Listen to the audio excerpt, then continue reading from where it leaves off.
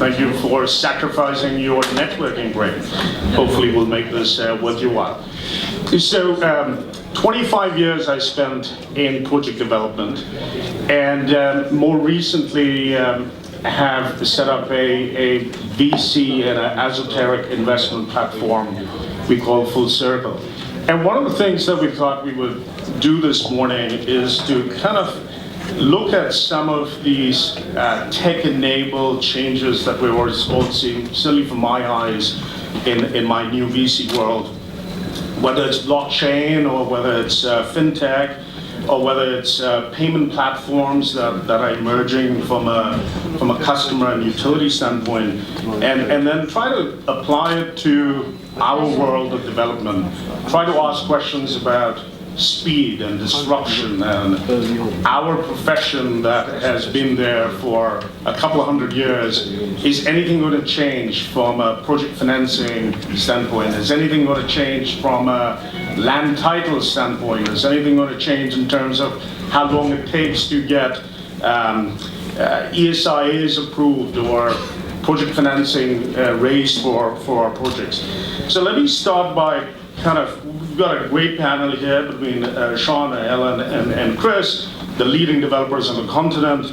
Let me start by asking the question of, is our project financing model right for Africa? Is anything going to change? Are we going to go any faster? Sean. Thanks, Michelle. Really appreciate that. These topics are surprisingly some things that I think about quite a bit as I think about what potentially could disrupt our business. How do we make our business much easier than it currently is? My view on project financing, even though... Can you hear me? Well, my view on project financing is that in this day and age, it's critical. Everything we do is based upon and structured according to the norms of project financing, and it gives us a competitive advantage in the marketplace.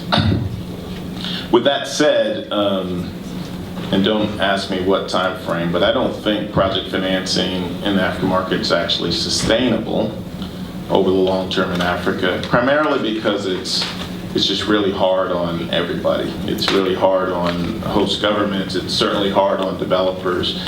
It causes us to spend exceptional amount of capital at risk up front before you even get to financial close.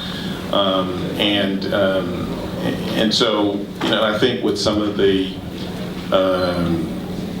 early stage pushes, essentially around distributed generation, how do you finance that? How do you do it faster, cheaper, and all that? I pay attention to because somebody's going to crack the code eventually.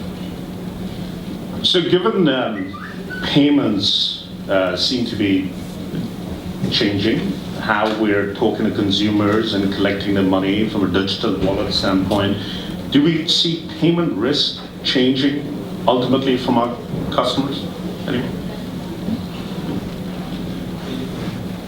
Yeah, well, yes. But before Vishal, if you may, before I try to give you my viewpoint on this, like only to echo what Sean was saying, that if you look about the history of project finance, you may not know, but project finance, limited recourse project finance, exists already for more than 100 years. And we have always, for many, many decades now, saying, well, it's so cumbersome, so expensive, can it not be changed? It takes forever, it takes 10 years to develop a project. Can't we find something which is more efficient for everybody? The reality so far is that we haven't been able to find anything. So my view is that you're right, Sean. Overall, I think there needs to be something else. But I still do believe that for large projects, mega projects, at least in the foreseeable future, we unfortunately will have to live with limited recourse project finance. But I do believe, and here we're talking now about new forms of financing for smaller projects, for small applications. things like crowdfunding or these new dev tech technologies can help a lot.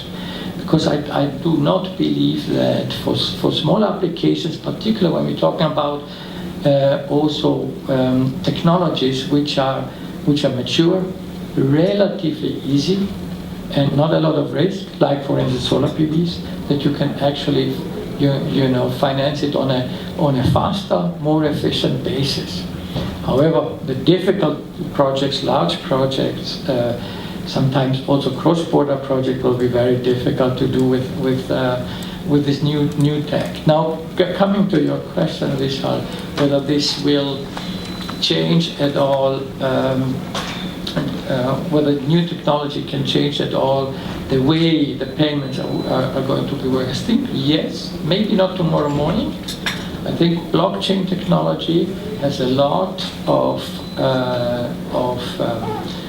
advantages to give. It has still to be developed. I think it's a new, a new thing on the horizon, and until it enters the, let's say, utility industry, which is a rather conservative industry, that will take a little time. And when I say blockchain, I'm not talking about bitcoins and stuff. I really talk about blockchain as such, so that you can follow back the payments, and it's transparent, and nobody can change, and so on. These are the beauties about blockchain. The only thing what I think people still need to keep in mind is we know that blockchain requires power, and we've heard this morning that the other problem is that only about, what was it, I think 20-something% of the population is in Africa, is internet enabled.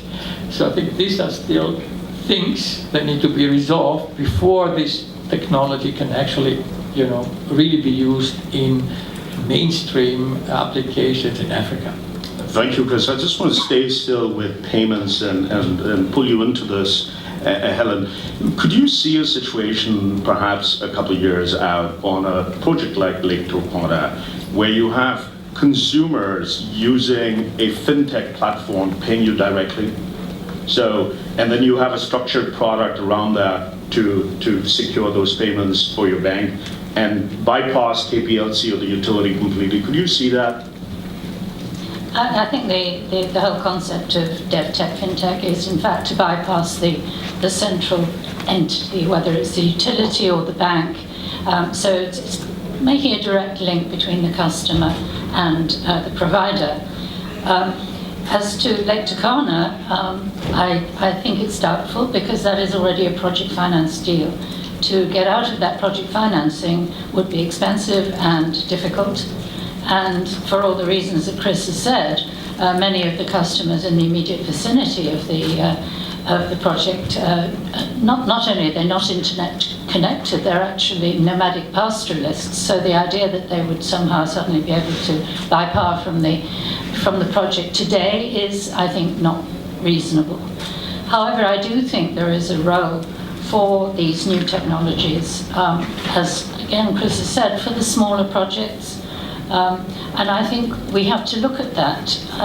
Like everybody else, I don't think we found a viable alternative today to project finance. You would argue it's bad, but everything else is worse. So you do what you can. And so I do think that there are complementary possibilities, and these smaller projects can be financed and should be financed in a different way, because those of us, and all three of us here, are developers of large grid-connected projects which the continent needs.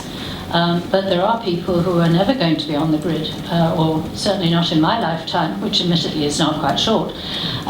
So something's got to give. We can't go on as before because we're not achieving what we need to achieve. When you said There are worse options to project finance. Sean was thinking the balance sheet of OEMs and EPCs. Yes, those can be worse, particularly if they're bridge financings. But I think, the way I think about it is, and I agree with Helen and Chris, that I think small-scale projects is really where new technologies is going to be relevant in the short term. When I think about mobile phone technology, the reason mobile phone technology worked in Africa is because they could easily deal with the payment risk. They had a unique advantage that we don't really have doing large-scale projects, is the mobile phone operator can cut off that particular phone has not been paid. And then people can prepay, and they had systems to do that. So it became a very extremely credit-worthy enterprise for mobile phones, and a lot of African countries had some of the fastest uptake in mobile phone in the world, and so it became a very lucrative business. I can see that happening on small distributed generation technologies in the early stage, and then ultimately the question is whether there'll be some sort of convergence at some point in time, which I think there can be. I mean, ultimately the reason project finance is so difficult in Africa and time-consuming and expensive is because ultimately the utilities, for the most part, are not creditworthy, and so you have to jump through a lot of bells and whistles to get your project done. To the extent that there can be a convergence of credit, convergence of payment history, whether it's through fintech or other systems to be born yet, will be seen. But I definitely can see a convergence, hopefully in my lifetime. Let's switch gears a little from project finance to development finance. And we talked this morning as part of Barbara's benchmark survey report about the difficulties, the continued difficulties with development finance. Could you all, as seasoned developers, see crowdfunding applied to development finance? So the early stages for a developer to raise capital into your platforms, could you see a day where you actually offer it through Seeders.com or some other platform for crowdfunding? Do you see that, as opposed to going to Scott in the front row? I think Scott would really appreciate that too. Well, we said we'll do this as a fireside chat. What's interesting to me is that, a lot of different, as we talk about these things, we're talking in the context of energy and power here particularly, but these new technologies, business models are really set to transform a variety of industries. And so generically, we think about sometimes how can we create products that are traditional in the capital markets, that look like traditionally products they've seen before that they invest in, and would they invest in it? Well, crowdfunding has kind of changed that dynamic in the sense that you're not thinking about public exchanges with typically institutional investors or hedge fund investors. Now you're thinking about retail investors and would they be willing to take risk? And when I think about a lot of the crowdfunding that's done today, although it's not large scale, people are taking significant risk in crowdfunding. So the question ultimately is, can you raise a few $1 million for early funding risk for a greenfield project to maybe do environmental study or feasibility study and the like to kick your project off? And what does that mean then for what's the give? As Michelle wanted to get, what's the give then? Do you have to give the crowdfunding? And it's intriguing. Helen, do you see ever a day where you get someone like Lily Singh, who has 19 million viewers on YouTube, to join your board and then get her viewers to give you $1 each through crowdfunding? Well, I'd try anything, frankly. But there's nothing new under the sun. Again, I have to cite our Lektakana wind project in Kenya, which is a very large project, 310 megawatts. The original developer of that raised the original funding from about 60 Dutch dentists and farmers and friends of friends, friends and fools and family, as they say. But that was over 10 years ago. Those guys are still sitting there waiting, hopefully, for their return one day. It's a very long time for them to sit there watching this project painfully crawl to development. But that is the way it was initially funded, and I take my hat off to them. And we've seen more than one example of that. Whether crowdfunding on a massive scale, the way you say, could be done, I don't know. But we are looking at an expansion of the Lake Turkana project, and we are looking at doing it in a very different way. And I can't say more than that, but all I can say is watch this space. Chris, how about you? Are you a believer? Would you try this? I'm in a lucky position that I don't need to try that. But having said that, I think crowdfunding has some future in development funding. I tell you where I'm a bit concerned about is that we all know that development is actually the riskiest part of the life of a project. We all know that, particularly in Africa, we are lacking credible projects. As I said before, financing is actually available. The problem is the credible projects. And what I'm a bit afraid is that if you have the mums and pops, putting the pennies and dollars into crowdfunding on a project somewhere in Africa, they don't really understand the risks. Right? Yes, in the beginning they may be all right, but I'm afraid about the failure rate if that happens. So let me push you back a little bit on this, Chris. So think about the same mums and pops investing on venture deals with a kid straight out of school, with a degree or without a degree, promising them the moon and an exit on some Silicon Valley exit for many multiples. And that kid doesn't have your experience. So the mom and pop who's betting on your deals, I think has lower risk than betting on those VC deals that get done all the time. So the risk part of it. That's right. I think exactly. This is where you have to differentiate whether you want to, as a crowd funder, you want to invest in somebody who has no experience, a great idea, but no track record or limited track record, or somebody like our companies here, which have shown that we can not only talk, but we walk the talk and we implement the projects. There, I think crowdfunding could make a difference. The problem again here I see is we are, at least the three of us, we're all involved in very big projects. We're not talking about $1 million or $2 million. A project development will cost you 10 million upwards, and as Helen said, it takes 10 years.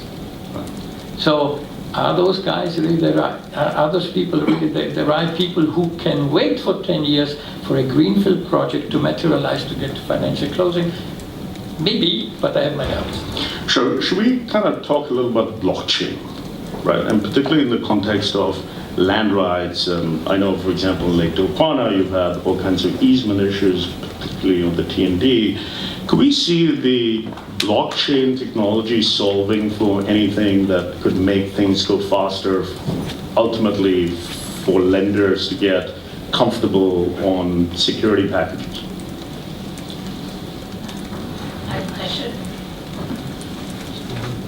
I should say that just to set the record straight, on Lake Turkana, the wind farm itself has not had land problems. We've been fine there, but the land problems have arisen quite seriously on the transmission line. Now, you might argue that that was predictable. In fact, it was predictable. Firstly, the transmission line is being done in the public sector, and secondly, it's 400 kilometers long. It goes through all sorts of different classes of land: tribal land, common land, private land. It was always going to be a headache, and it has proved to be just that. I think blockchain technology, given what we've all agreed, is currently a problem with access to the internet and so on. But in future, I think it would be a tremendous asset to be able to have an unalterable register once and for all of land transfers, the price that was paid for the land, who owns the land. These things are today not clear. We often find along the transmission line, which we helped with, it wasn't part of the project, but we tried to help. There were different claimants to the land. Sometimes 3 people all maintained they owned the same land, and the registers were very, very poor and incomplete. So I do think there's an enormous future there for the land is a problem in almost all countries in Africa because of poor record keeping and obviously conflicting claims, and often the owners are absent. Whereas the blockchain exists somewhere in the internet, it's not physically on the African continent, so it would help a lot, but it's going to take time. Yeah, good. We're always looking for ways to reduce transaction costs. So, what's uniquely beneficial about blockchain technology is that it's designed to be able to see readily and keep track records of ownership or transaction terms or the like, really free. I don't know if Raj is going to like that, but as a developer, that a lot of our risk occurs because of the expenditures to solve problems, to search out and solve land issues, to search out and solve, you name it, a variety of issues related to the transaction or to the project, and to anything we can do to give ourselves and lenders comfort of the resolution. We're all for that. Again, I think it's going to be hard for developers to kind of push this technology. It's going to be something that I think for the most part government on land issues and other issues, transaction issues, would have to employ. But places like Ghana is clearly trying to digitize their world. So I'm hopeful. Great. Should we take some questions from the audience? A couple of questions, man. Why am I not surprised?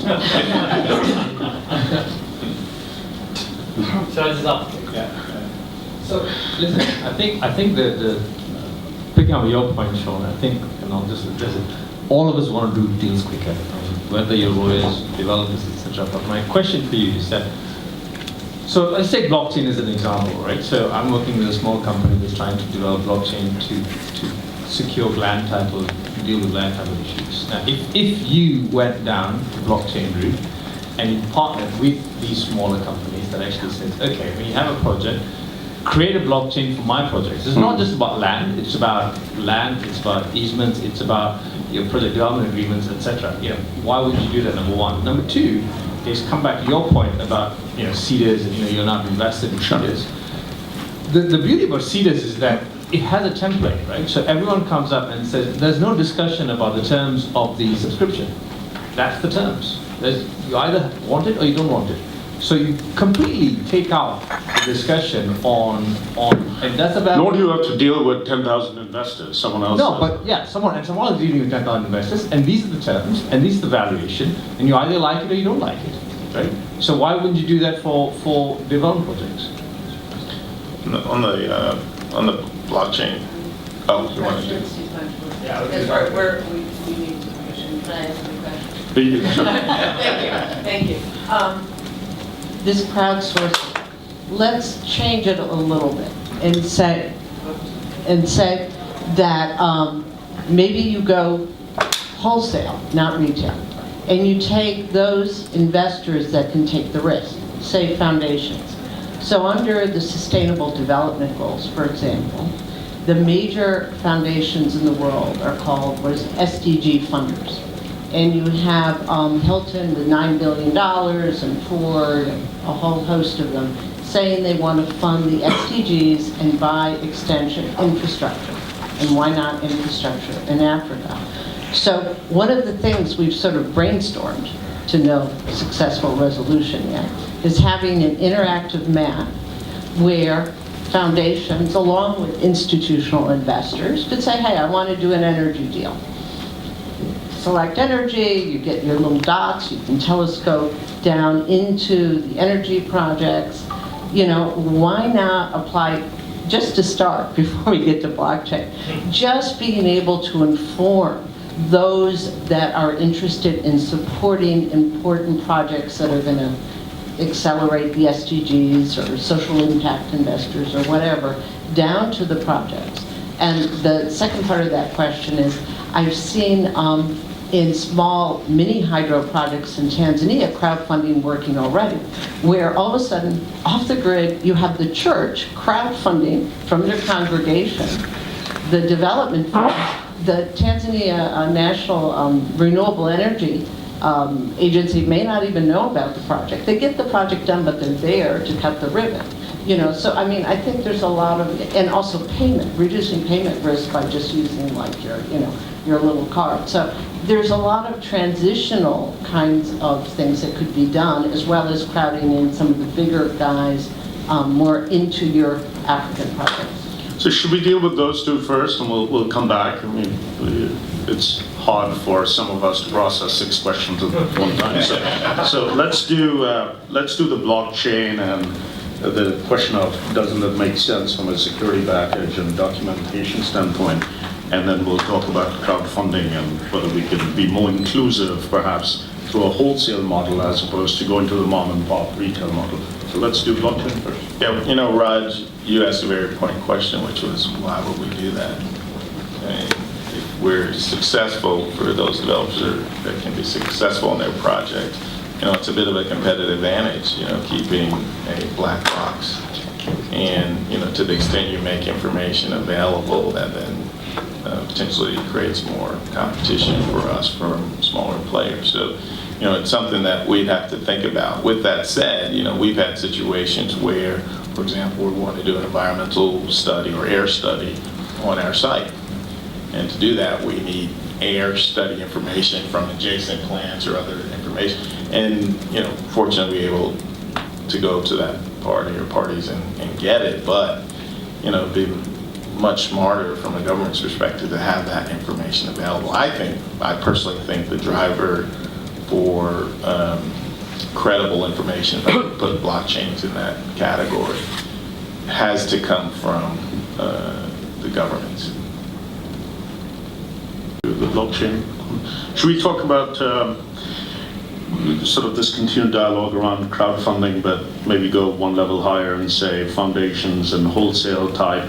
Can we make this inclusive as opposed to going into a $500 million or $1 billion project with 2 or 3 people? Is there any merit to kind of opening it up a little, as VCs love to do? Yes, I'm happy to take that. I think this is Barbara's question about the SDG funders, the foundations and so on. Institutions don't like development risk. They like to come into a project when it's cooked, safe, and ready to go. One of the ways they get around that is they don't generally invest in individual projects, even if they are as large as has been said, but they will invest it at a higher level in a fund or occasionally in a corporation. But then as the fund or the corporation, you find you're still shackled by the same restrictions on whether your shareholders at that point will be willing to take development risk.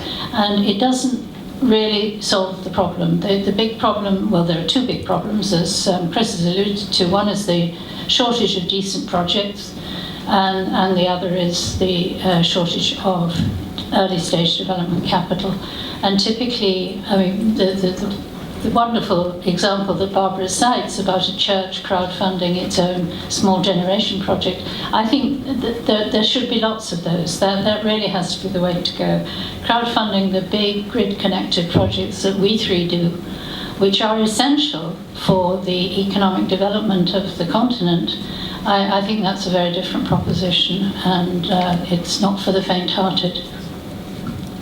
If I may just add to this, I fully agree with what Helen says, but I do believe that there is a dramatic amount of opportunity for crowdfunding for exactly what you said, Barbara, the small project. Because we all know Africa will never be interconnected like we have in the United States or in Europe. So there will be small grids, off grids, and I do, as a matter, believe that this is the next step of development in Africa, where smaller developers or churches, as you said, will have to come in and provide the 0.5 megawatts here, the 1 megawatt there. But maybe for us, the big guys, sorry for using that term, this is maybe too small. But for the local guys who have a local interest in providing the people with power, even if it is just 1 megawatt, it's more than just money, investing money. It's about developing their area there, and therefore you can see, investors, local investors doing this, they see it as way beyond a return on their investment, but actually the development of their local vicinity there. And therefore, I do believe there is a future for crowdfunding for the small little applications, and there are many of them in Africa, but maybe not the mainstream large applications that we are talking about, which are still quite needed, right? Considering that more than 600 million people in Africa do not have access to power. There were a couple of questions at the back. Please go ahead. Thank you. My name is John Karanja. I'm from BitHub Africa, which is a blockchain incubator based in Nairobi. And we're actually working on an energy access project using blockchain technology for off-grid and mini-grid solutions. So my original question was sort of answered by the panel right now. But one of the things we've been able to see with blockchain technology is it allows for people to transact in a peer-to-peer fashion at very low costs, and also hold each other accountable using the blockchain. So my question is, how can we create a framework, whether it's regulations or policies or structures that allows for people with capital? I heard somebody from a pension fund saying that they don't have opportunities to invest in, to now enter this space and work with local communities, building grassroots solutions and using the blockchain to hold all these transactions accountable. Great. And we'll take one more. There's one more at the back. Right behind you. Right behind you. Thank you. Hello, everyone. My name is Demba, and I am the head of investment at Francis, which is the sovereign investment fund of Senegal. But here I'll be talking more like an ICT guy. I spent 20 years of my career working in ICT, and when I started, it was in '96. Do you want to come up and join us? I thought that I would be better in this panel than the one of the afternoon. Anyway, in '96, we were doing a strategy work for the mobile market in Senegal. And in our best guess, we were looking at 30,000 subscribers. Right now, we are 15 million subscribers in Senegal. So, and in '97, I was working for BT in France, and we were launching the internet in France. And I can tell you, there was no way for us to think about what we are having right now in France, let alone in Africa. So I think that for the blockchain and for all those things, what we are saying right now, we will allow that in 10 years. Because we are not the people that will do that. They will be these young guys. And they have a different set of, different mind. They have a different way of thinking. When I talk to my kids, they're 18 and 17, we are two different worlds. I am a tech guy. And what I really believe is that in terms of investment and blockchain, what we have to look at in terms of analogy is the bond market. The bond market is the way of getting money from many people, individual people, lenders. And we built the bond market for that. So what we should look at is say how we can use blockchain and how we can use it to build the equivalent of a bond market in terms of investment. Great, thank you. One last question with Chidi here in the front. So thank you for that. So that's a reminder for all of us to think big, that we can't keep saying off-grid and micro and this is not for me. Maybe there's someone out there who's going to disrupt us and change our lives. So yeah, I mean, what I'm going to say is just to latch on to what here. I think part of the, the first thing is we've got to have a bit of patience in terms of how fast we can move. it takes 9 months to make a baby, no matter how many men you put on the job. So to solve the infrastructure problem will take a bit of time. So we've got to do that. The second point I want to make is just to address what Chris has said. I think part of the problem is that we think, and I want to use energy specifically, we're thinking of traditional infrastructure. I mean, the point is that, when you talked about mobile phones, if we waited until the day we put wires all around Africa, we would never have the penetration we have. So I think we need to think differently, a totally different paradigm about power. I mean, I ask people, why do we need the grid when we have the sun? The sun is a natural grid. So the key issue is how can we, segregate infrastructure, what's supposed to be on the grid, what's not on the grid, how can we use blockchain, have a massive penetration. You're looking at the sort of success we've recorded with mobile phones. So that's where I'm just coming from, that we need to sort of, start looking at non-traditional ways. And like he has said, particularly with the young people, bringing them into infrastructure. We in ICRC, we're just about to open the ICRC Academy in Nigeria, and that's focused on bringing in young people, new ideas, because the old way would not be able to work. That's just a point I just want to make. Okay. I have to agree that something's got to give. Something has to change. Maybe we're not being ambitious enough, and I accept that criticism. We will look at almost anything that makes economic sense. I think there was a very interesting study published in February by the Center for Global Development that asked people in, I think it was 12 African countries, a number of questions about their power supply. How reliable was it?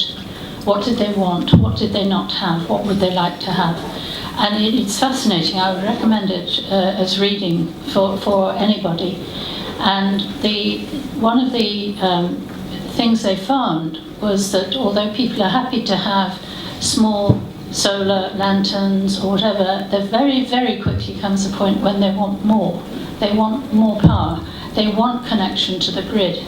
And everybody said the same thing, that they want to be connected to the grid. Now, that's not going to happen. We all know that. You go to rural areas in Nigeria, when are you going to see the grid there? I don't know. I ran a utility. And every time I looked at the economics of extending the grid to these rural communities, it made no sense for us. So a different way has to be found. But the problem with a lot of small distributed sources of generation is they're not powerful enough. What people want, above all, is to be able to run a television reliably all the time. And that's what they're not getting, and that's what they really would like to see. So anything we can all do to facilitate that sort of development, I think is very worthwhile. So we have a Kenyan on the front cover of the AI magazine this time, a Kenyan as a moderator right now. It's fitting, therefore, that we answer the Kenyan question last. So why don't we do that for John's question? Yeah, my view of all of this really is that it's not going to start with the grand scheme. It's going to start by solving particular problems. Land is one, environmental may be another, as opposed to, what would be great is to be able to use blockchain technology to track every electron and who it's getting sold to. And that would be ultimately the coup de grace. That way, we don't have, as power generators, we don't have visibility to where those electrons are going and who should be paying. So that's why ultimately you have a distributor called the utility, and that's utility in the middle to fill the gap. And that's why, I don't think it's a matter of thinking big, although I think crowdfunding, there is some potential application at a large scale. But from a blockchain technology perspective, I think it's really going to be an effort to solve one problem at a time, and hopefully over time then it grows. I see it very relevant because a lot of the capital that I spend in development is trying to prove out something that we believe, and a lot of money gets spent trying to give us comfort. Ultimately, many times we can't prove it, but at least give us comfort that what we believe is going to happen, or what the law is, or what the situation is going to happen. And blockchain is a way to reduce that cost and to prove it out quickly and cheaply. In terms of grid connectivity, my view again is it's not going to be for most of emerging markets, including Africa. It's primarily going to be through mobile phones. When I watch my kids, they don't really get on computers to look at the internet. They're on their phone. They have computers available. They have a TV that's internet connected available. That's not what they do. They're on their phone. I don't do it because I can't see, but they can. And so I do think that connectivity is available, or at least around the corner, for a lot of citizens in Africa, but you also need power. Also, the last thing I would say about power is we probably should think about it a little different. I, like Helen, have been in this business probably too long, and we think about providing reliable power, 99% availability from our power generators, 95% availability. But, when you're talking to people who don't have electricity at all, is it important to provide 99% available electricity? Is it better to at least provide 50% of the day? Just enough so that they can, have some connectivity during the day to the grid or whatever, use those to learn and develop and stuff. So I think we have to think about it a little different. Ultimately, my concern about distributed generation is nobody has really cracked the financial model, in my view. How do you make money for investors in that small scale power space? Chris, Helen, last words. Yeah, maybe. I've read recently a study which actually said that if in Africa the governments want to achieve in the medium term, the targets that they've come up with respect to the power supply, investments would need to increase 5 to 6 folds from what it is today. So that shows me that there is a lot of opportunity for investment in the African continent. But I would echo what my co-speakers here are saying. I do believe that only a portion of this will be through, let's say, the standard approach. And obviously, the other thing it says is the study said that if we don't increase the investment and we go just business as usual, it will take those countries until 2085 to achieve those targets. Obviously, this is simply not possible, and therefore something has to give, as Helen always says.